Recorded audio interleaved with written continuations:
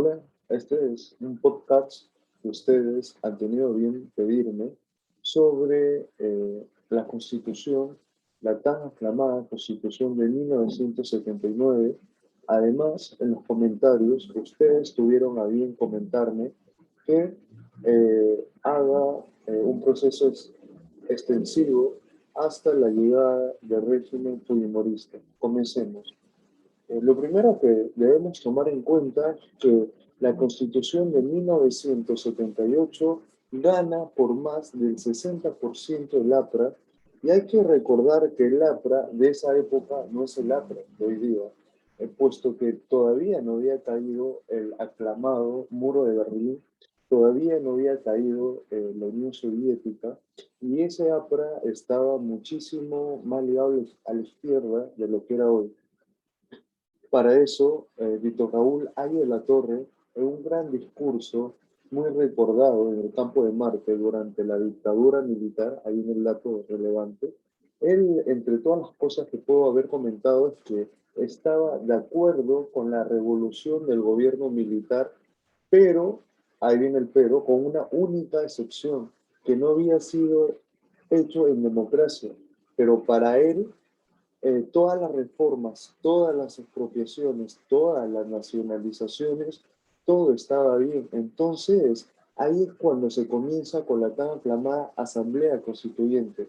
Para eso se produce la Constitución del 79, y esta Constitución del 79 pone todos los cerrojos jurídicos para que este sistema no pueda ser cambiado. Acuérdense de eso, todos los cerrojos jurídicos para que este sistema no pueda ser cambiado.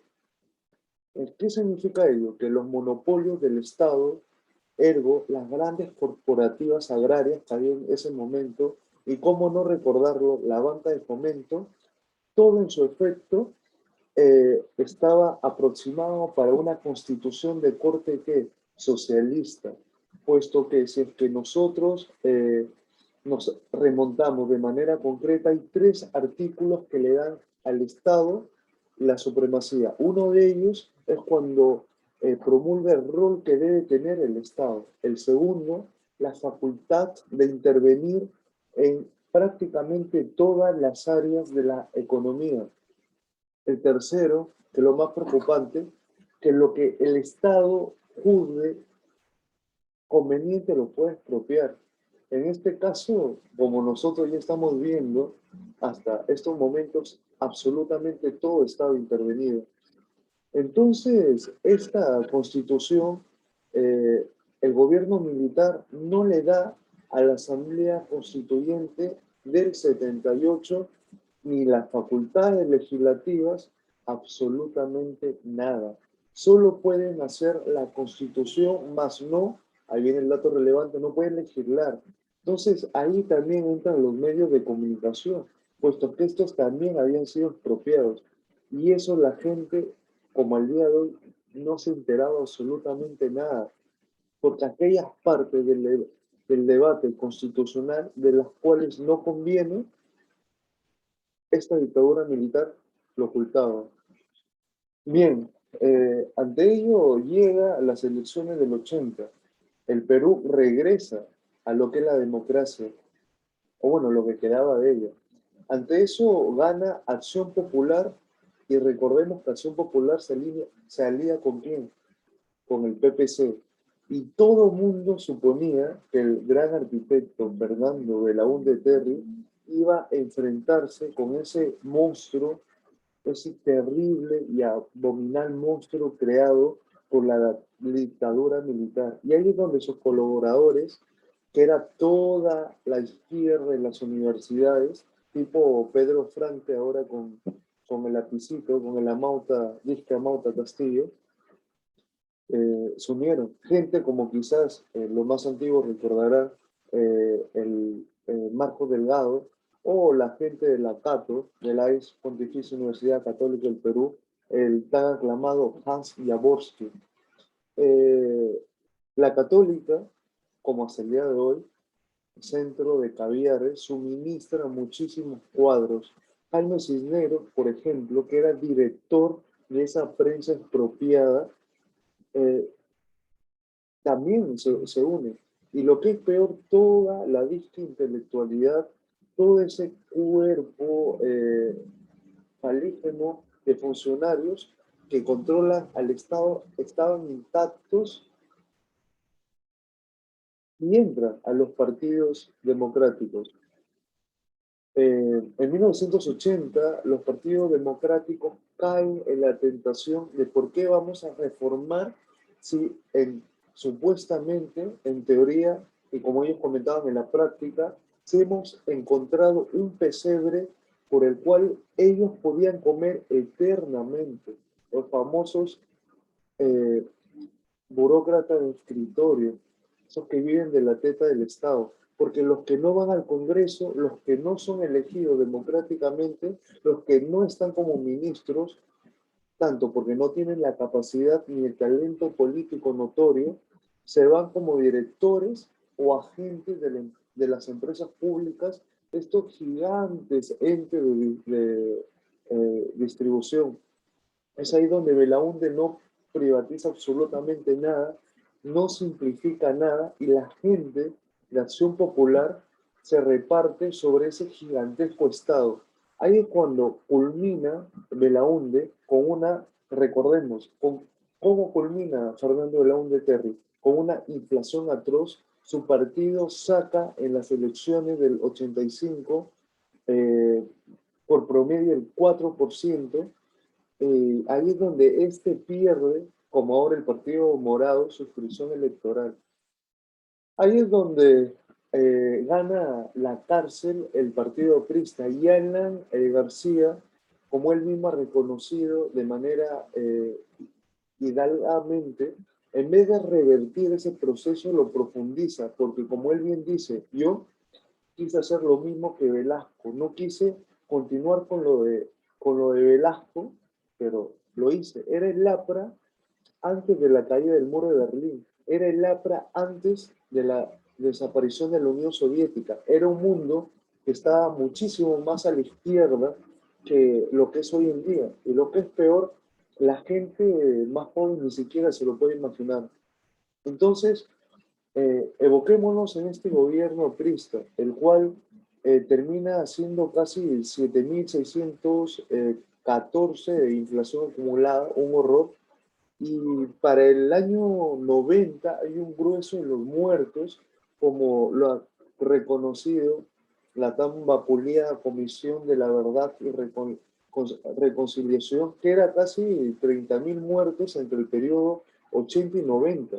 Y eso cae concretamente en la responsabilidad de los gobiernos tanto de Belaunde y García, que no pudo hacer gran cosa. Una catástrofe eh, inimaginable, pero la izquierda sigue en el poder. Ese discurso sigue siendo de la izquierda y esa dirección de los criterios económicos lo sigue suministrando esa izquierda. Eh, para eso se produce esa final, digamos, caótica del gobierno del presidente García y es donde gana Alberto Fujimori de manera sorpresiva y comienza a gobernar.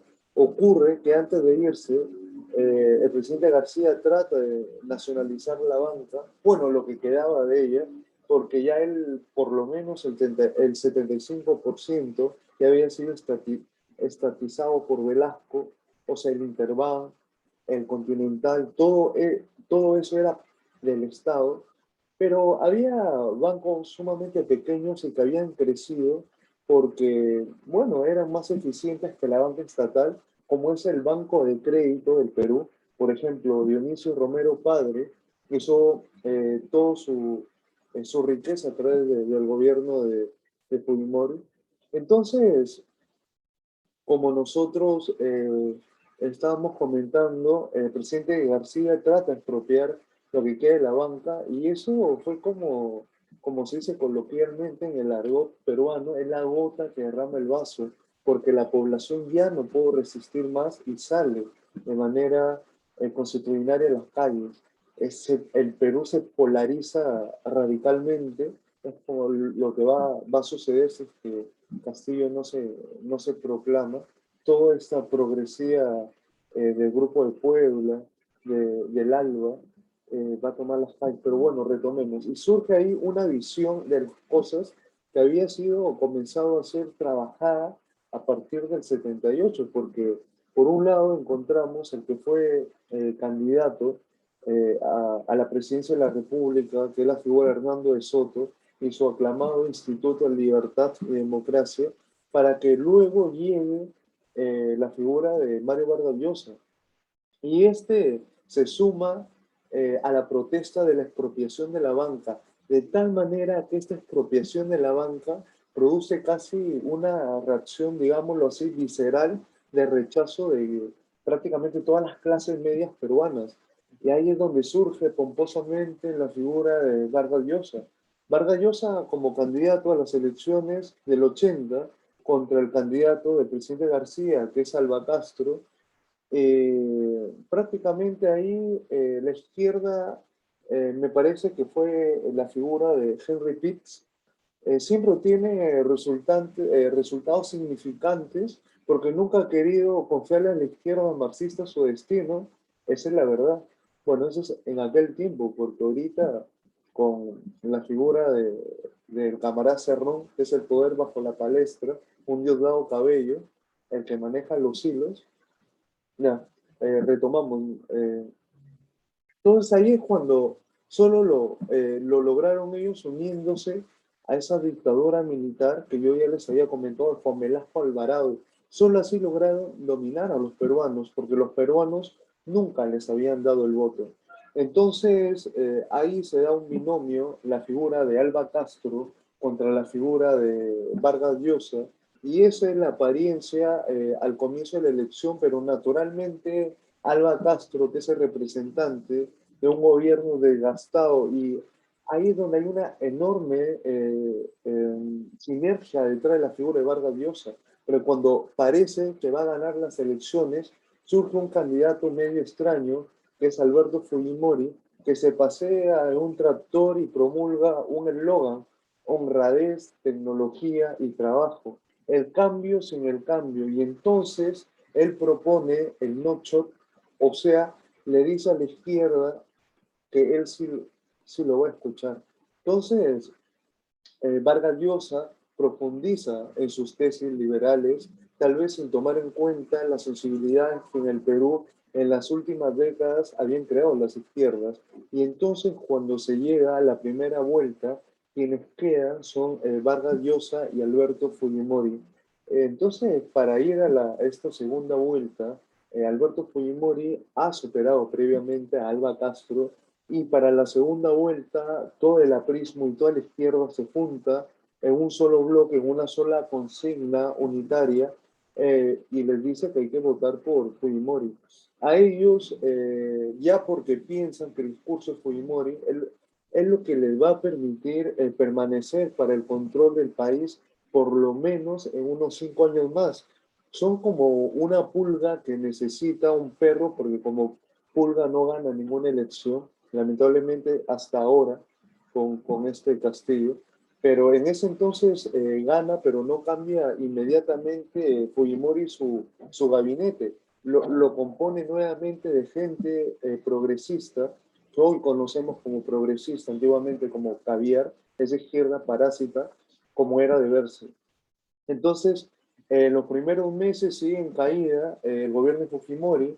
Como Fujimori no es político, sino un matemático, no es un ideólogo, escucha otras voces, como es las voces de Hernando de Soto y, cómo no, la de Javier Pérez de Cuellar, distintos economistas, y se da cuenta que el modelo ya estaba muerto, y si él seguía, iba a tener un final más que fatídico.